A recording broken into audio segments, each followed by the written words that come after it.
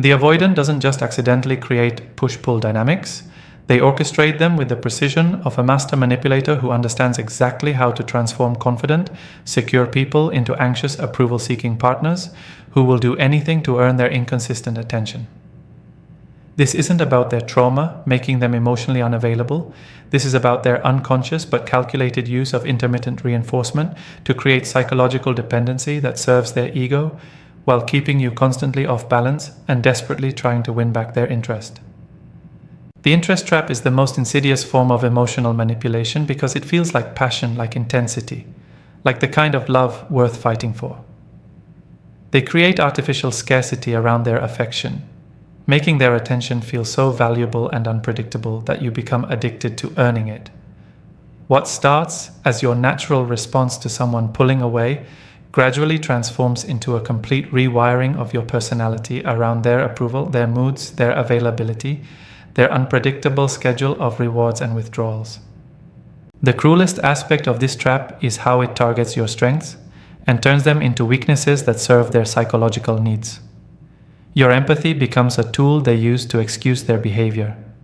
Your loyalty becomes the chain that keeps you accepting less than you deserve. Your love becomes the weapon they use to control your behavior while avoiding any reciprocal emotional investment. They don't want to be with someone clingy and needy. They want to create someone clingy and needy so they can feel powerful, desired, and in complete control of the relationship's emotional thermostat. The setup: how they create artificial scarcity of their attention. The avoidance interest trap begins with the careful cultivation of artificial scarcity around their attention, affection, and emotional availability. Like a skilled economist manipulating market dynamics, they understand that making their love feel rare and unpredictable increases its perceived value in your emotional marketplace. This isn't accidental distance or natural emotional variation, it's the systematic creation of shortage where abundance should exist, designed to make you crave what they're deliberately withholding. Watch how they ration their positive responses to your affection, giving you just enough warmth to keep you invested, but never enough to feel secure. When you express love, they might respond with lukewarm appreciation rather than matching your energy. When you show enthusiasm about your connection, they offer measured responses that leave you wondering if you're more invested than they are. This emotional portion control teaches you to treasure their rare moments of genuine warmth while accepting their frequent coolness as normal. They master the art of selective availability, being fully present and engaged during some interactions while seeming distracted, busy, or emotionally absent during others. This inconsistency keeps you constantly guessing about their interest level and analyzing every interaction for signs of their true feelings. You never know which version of them you'll encounter, the warm, connected partner or the distant, preoccupied stranger. So you remain hypervigilant and grateful for their good moments. Their communication patterns reflect this artificial scarcity through delayed responses, minimal enthusiasm, and carefully measured emotional investment in your conversations. They might take hours to respond to your messages while being active on social media, respond to your excitement with bland acknowledgement, or give you their partial attention while clearly being capable of full engagement when it suits their needs. This training teaches you that their full attention is a rare gift rather than a basic relationship expectation. The scarcity extends to their physical presence and quality time, where they become masters of being present but not really there. They might sit beside you while scrolling their phone, attend events with you while seeming like they'd rather be elsewhere, or schedule time together that feels more like obligation than desire. This physical presence without emotional engagement makes you work harder for genuine connection while accepting their minimal effort as sufficient. They create artificial competition for their attention by maintaining active connections with exes, potential romantic interests, or friends who clearly want more than friendship. While they claim these relationships are platonic or meaningless, their investment in maintaining these connections creates the subtle message that their attention is a limited resource with multiple claimants. You're not the only person vying for their interest, so you better work harder to earn it.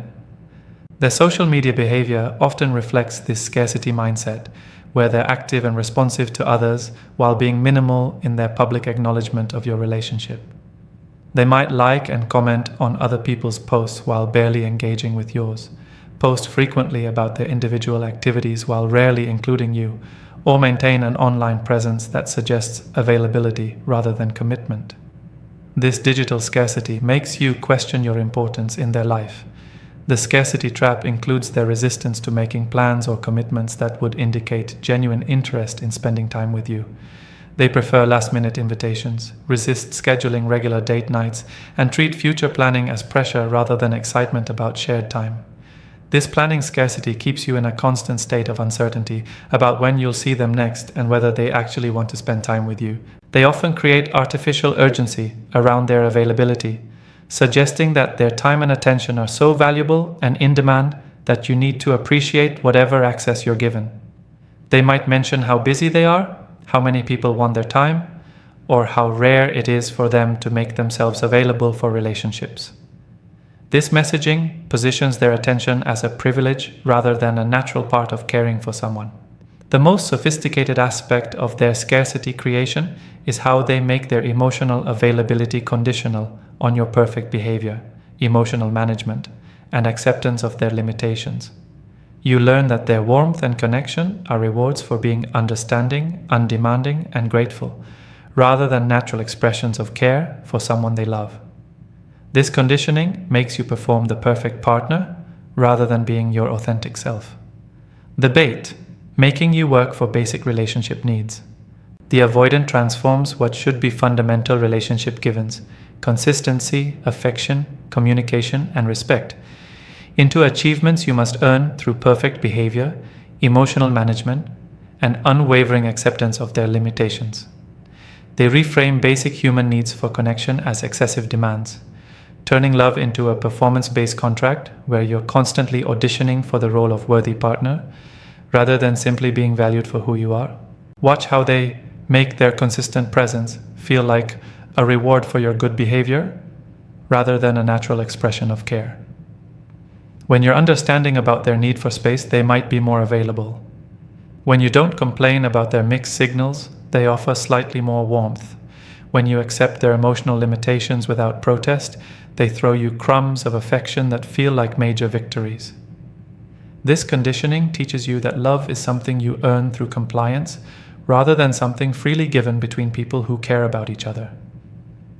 They systematically redefine relationship standards downward until you're grateful for treatment that would have been unacceptable when you first met them. Your natural expectation for regular communication becomes neediness.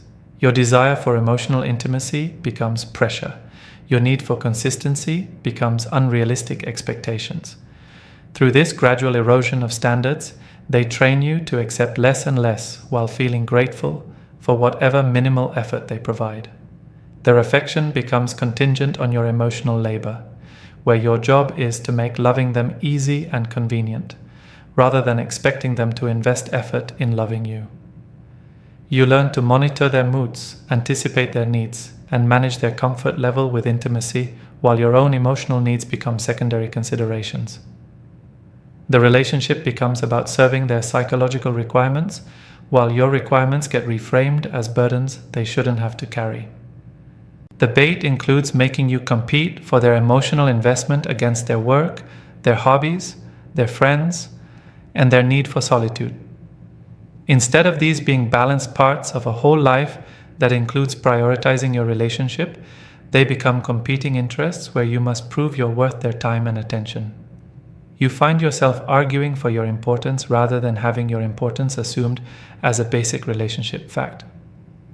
They make their vulnerability and emotional openness feel like rare gifts that must be earned through perfect patience, understanding, and acceptance of their process.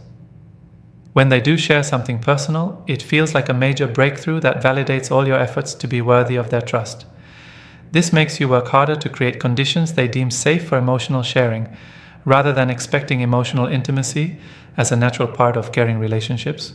Your access to their time, attention, and physical presence becomes dependent on your mood, your behavior, and your acceptance of their terms, rather than flowing naturally from their desire to be with you.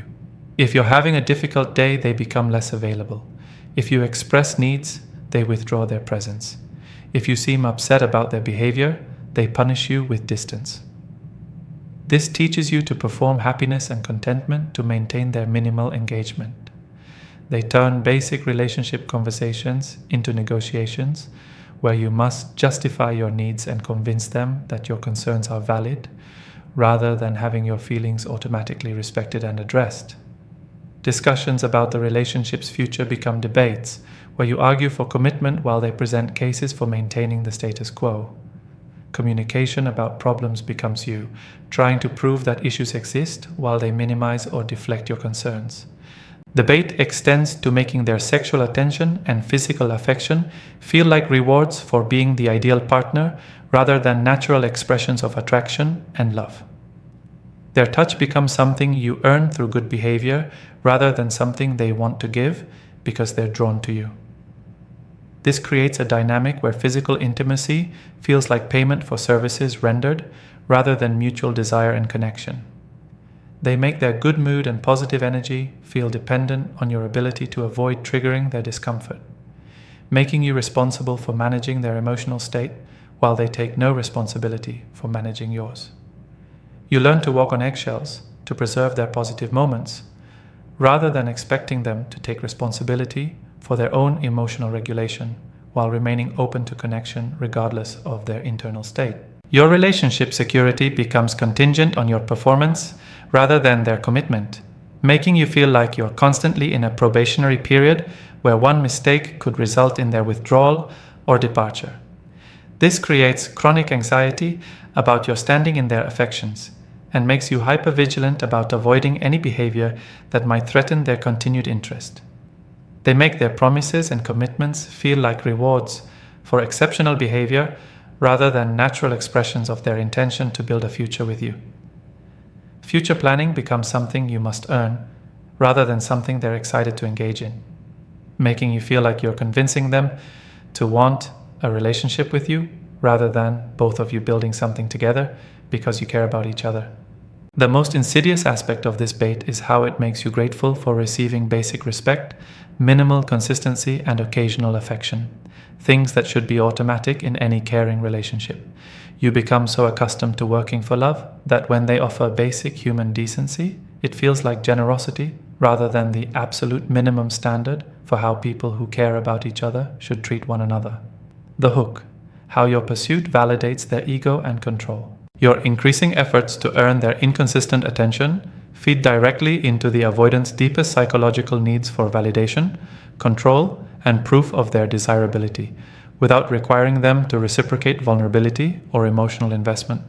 Every time you chase their withdrawal, analyze their mixed signals, or work harder to win their approval, you're providing narcissistic supply that confirms their importance while avoiding the risk of being equally invested and therefore equally vulnerable to loss or rejection.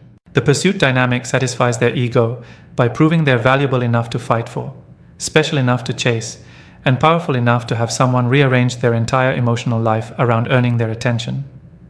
Your anxiety about their interest becomes evidence of their desirability. Your efforts to understand their behavior become proof of their complexity and depth. Your willingness to accept their limitations becomes confirmation of their specialness and your gratitude for whatever access they provide. Watch how they subtly encourage your pursuit through intermittent reinforcement that rewards your chasing behavior just enough to keep you engaged. When you pull back, they offer slightly more attention. When you stop analyzing their behavior, they become more confusing. When you start focusing on your own life, they create just enough connection to draw you back into orbit around their emotional unavailability. This carefully timed encouragement keeps you pursuing while maintaining their position of being pursued. Your emotional labor becomes their entertainment and validation, where your efforts to decode their feelings, understand their patterns, and anticipate their needs provide ongoing proof of your investment without requiring equal investment from them. They enjoy being studied, analyzed, and catered to because it confirms their importance while allowing them to remain mysterious, unpredictable, and ultimately unknowable. Your work to understand them becomes their validation that they're worth the effort.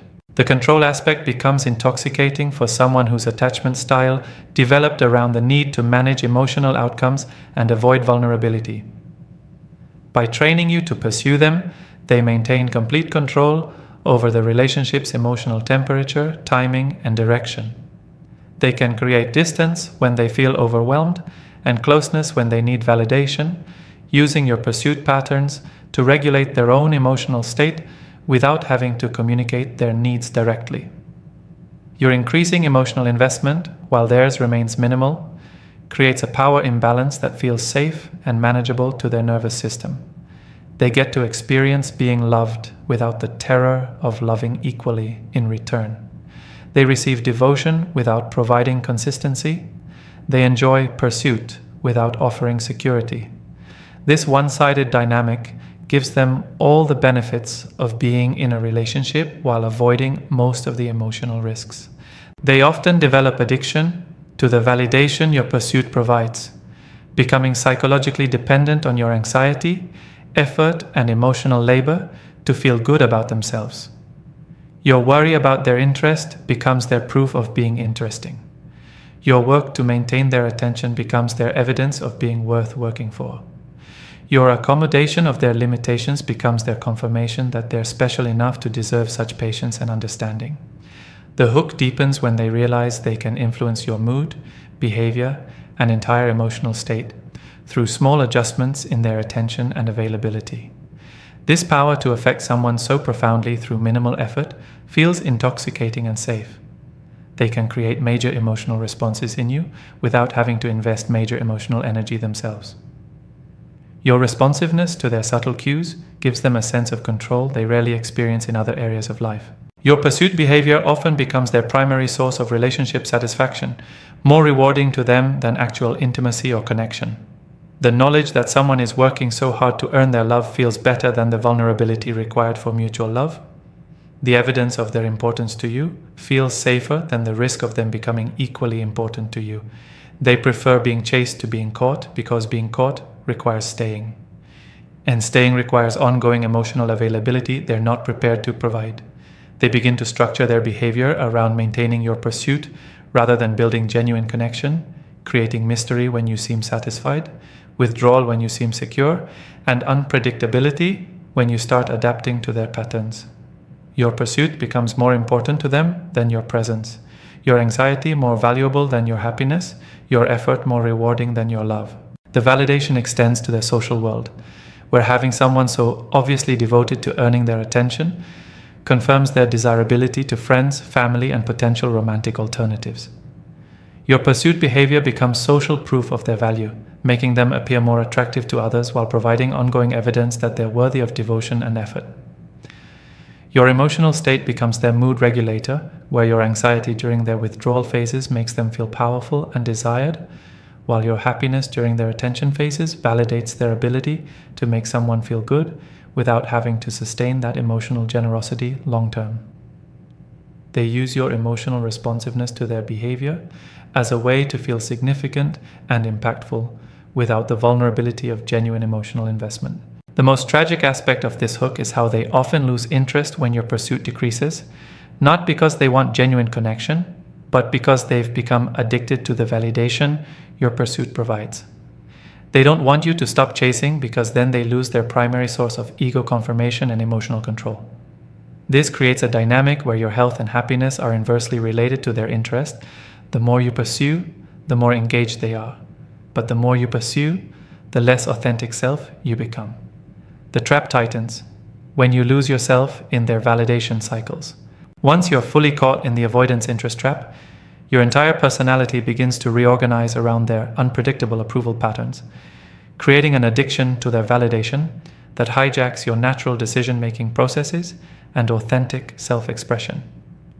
You stop being yourself and start being the version of yourself that seems most likely to earn their positive attention, losing touch with your own needs, preferences, and boundaries as they become secondary considerations to maintaining their interest. The addiction to their approval operates like any other addiction, where the intermittent reinforcement of their attention creates neurochemical reward patterns that make their rare positive responses feel more valuable and significant than consistent kindness from others. Their unpredictable schedule of warmth and withdrawal triggers dopamine responses that make their attention feel special and worth pursuing, even when that pursuit requires sacrificing your emotional well-being and authentic self-expression. Your decision-making process becomes filtered through their potential reactions rather than your own values and desires. Before making plans, you consider whether they'll approve. Before expressing opinions, you evaluate whether they'll find you interesting or overwhelming. Before pursuing opportunities, you calculate whether they'll support or undermine your choices. This external validation dependency gradually erodes your ability to trust your own judgment and act from authentic motivation. Watch how your social connections begin to suffer as you reorganize your life around their availability and approval. You might cancel plans with friends when they finally offer attention, decline social opportunities that might trigger their jealousy or insecurity, or stop investing in relationships that don't serve your campaign to win their love. Your world gradually shrinks around their emotional orbit, leaving you isolated from support systems that might help you recognize the unhealthy dynamic. Your emotional regulation becomes dependent on their mood and behavior rather than your own internal resources and coping mechanisms. When they're warm and available, you feel calm and happy. When they withdraw or seem distant, you feel anxious and desperate. Your emotional state becomes a direct reflection of their treatment rather than a stable internal experience that persists regardless of external circumstances. The personality changes often include becoming more accommodating, less demanding, and increasingly willing to accept treatment that would have been unthinkable before you got caught in their trap. You might find yourself making excuses for their behavior that you would never accept from friends, suppressing needs you once considered non-negotiable, or tolerating disrespect you would have immediately addressed in other relationships. Your boundaries begin to dissolve as you learn that maintaining them threatens their interest, while abandoning them sometimes earns their approval. You might stop expressing hurt when they treat you poorly, avoid asking for what you need to prevent them from feeling pressured, or accept behavior that violates your stated limits, because enforcing boundaries feels like risking their withdrawal. This boundary erosion teaches you that your standards are obstacles to love rather than requirements for healthy relationships. The validation cycles create a psychological split where part of you knows their treatment is problematic, while another part defends their behavior and blames yourself for expecting too much. You might find yourself thinking, "They're right, I am being too needy," when you express normal relationship needs. Or, "I should be more understanding," when they fail to meet basic partnership requirements. This internal split prevents you from taking action to protect yourself because you're no longer sure which voice to trust. Your self-worth becomes entirely dependent on their opinion of you rather than your own self-assessment and the feedback you receive from other healthy relationships. Their criticism carries disproportionate weight, while their rare compliments feel like life-sustaining validation. You lose the ability to maintain stable self-esteem independent of their approval because your sense of worth has become externally regulated by their responses. The trap tightens through your increasing investment in proving your worthiness rather than evaluating their worthiness as a partner. You focus on becoming someone they can't resist rather than determining whether they're someone worth wanting. Your energy goes toward earning their love rather than assessing whether their love is worth earning or whether they're even capable of providing the kind of love you deserve. Your goals and aspirations often become secondary to maintaining their comfort and interest, as pursuing personal growth or external success might threaten their need to feel superior or in control. You might downplay your achievements to avoid triggering their insecurity, abandon opportunities that would create distance, or sacrifice your development to remain available for their unpredictable needs for attention and validation. The most devastating aspect of this trap is how it makes you complicit in your own diminishment while feeling grateful for the opportunity to prove your love.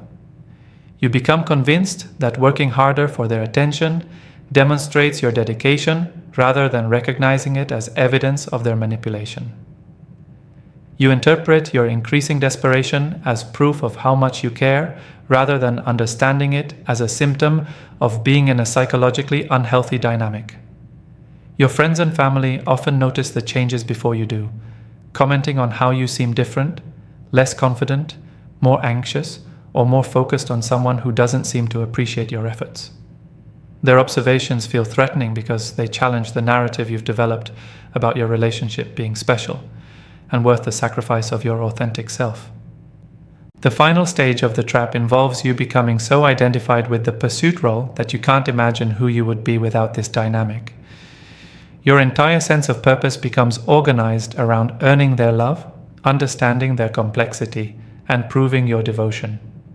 The idea of walking away feels like losing your identity rather than reclaiming it, which keeps you trapped even when you consciously recognize the unhealthy patterns. Breaking free. Recognizing and escaping the interest trap. The first step in escaping the avoidance interest trap is recognizing the fundamental difference between being loved and being used for validation. Genuine love makes you feel more like yourself, not less. It encourages your authentic expression rather than requiring you to perform for approval. It creates security that allows you to take risks and grow, rather than anxiety that makes you shrink and accommodate. When you find yourself constantly working to earn someone's interest, you're not in a loving relationship. You're in a psychological trap designed to serve their ego at the expense of your well-being. Trust your body's wisdom about the relationship's health rather than your mind's rationalizations about their potential or your hope that things will improve if you just try harder. Healthy relationships should regulate your nervous system, not dysregulate it. You should feel calmer in their presence, not more anxious. Your sleep should improve with relationship security, not deteriorate from relationship uncertainty. If your physical and emotional health are suffering, your body is telling you something your heart might not want to hear. The most powerful tool for breaking free is implementing complete emotional detachment from their validation cycles. This means making decisions based on your own values rather than their potential reactions, pursuing your goals regardless of their support or criticism, and maintaining your boundaries even when enforcement might trigger their withdrawal. Your freedom depends on becoming internally regulated rather than externally dependent on their unpredictable approval. The nuclear option, and often the only effective option, is walking away completely and maintaining strict no contact while you rediscover who you are without their validation. This isn't about punishing them or trying to make them realize what they've lost. It's about giving yourself space to remember your own worth, rebuild your internal validation system, and develop the strength to either demand better treatment or find someone capable of providing it. Recognize that their interest trap only works if you're willing to be trapped. You always have the power to choose your own worth over their approval, your own peace over their drama, your own authentic self over the version they've trained you to perform. The moment you stop playing their game, you win by default. Not because you get them back, but because you get yourself back. Your freedom isn't about changing them or proving your worth or earning their genuine love. It's about recognizing that anyone who requires you to lose yourself to win their interest isn't worth having. The right person will appreciate your authentic self, support your boundaries, and make loving them feel like expansion rather than contraction of who you are. Choose that person, even if it means choosing yourself alone, rather than accepting someone who uses love as a weapon for control.